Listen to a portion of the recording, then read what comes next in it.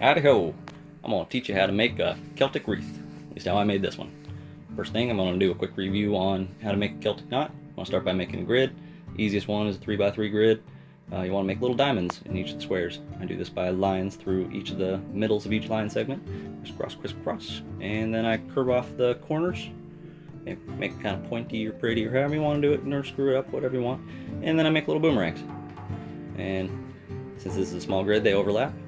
And then I fill out the rest with circles. There with the circle. And then I take my pen and I'm tracing all the pencil. Try to do it even. This is a quick one, so everything's a little sloppy. But trace, and then erase. And then the fun part, you gotta start weaving. This is the part you do not want to screw up, and you inevitably will, and it will suck. Now we can take that exact same design, stretch it all over the grid, make a whole bunch of different designs out of it. It's all pretty much the same principle, the same shapes, different circles, different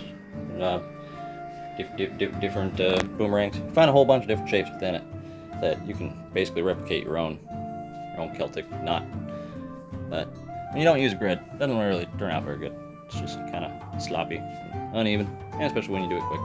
So for my Celtic grid, I'm going to use an 8x6 grid. This is going to be the basic design that I'm then going to repeat over itself onto the circular grid. Yeah. So to make a circular grid, you want to start with circle. And you want to make a few more circles. And circle that up. And once you're done with circles, you're going to want to take lines and split the circle up. Split, and erase. That's just for neatness. Then from that, to replicate the grid that we did with the square, gotta go through the middle of each line segment and ends up creating this crazy cool like lens focus camera thing.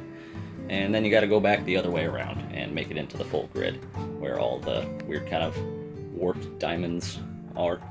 And then from that you can put your design on it and go about basically the exact same process as you would with a regular Celtic knot.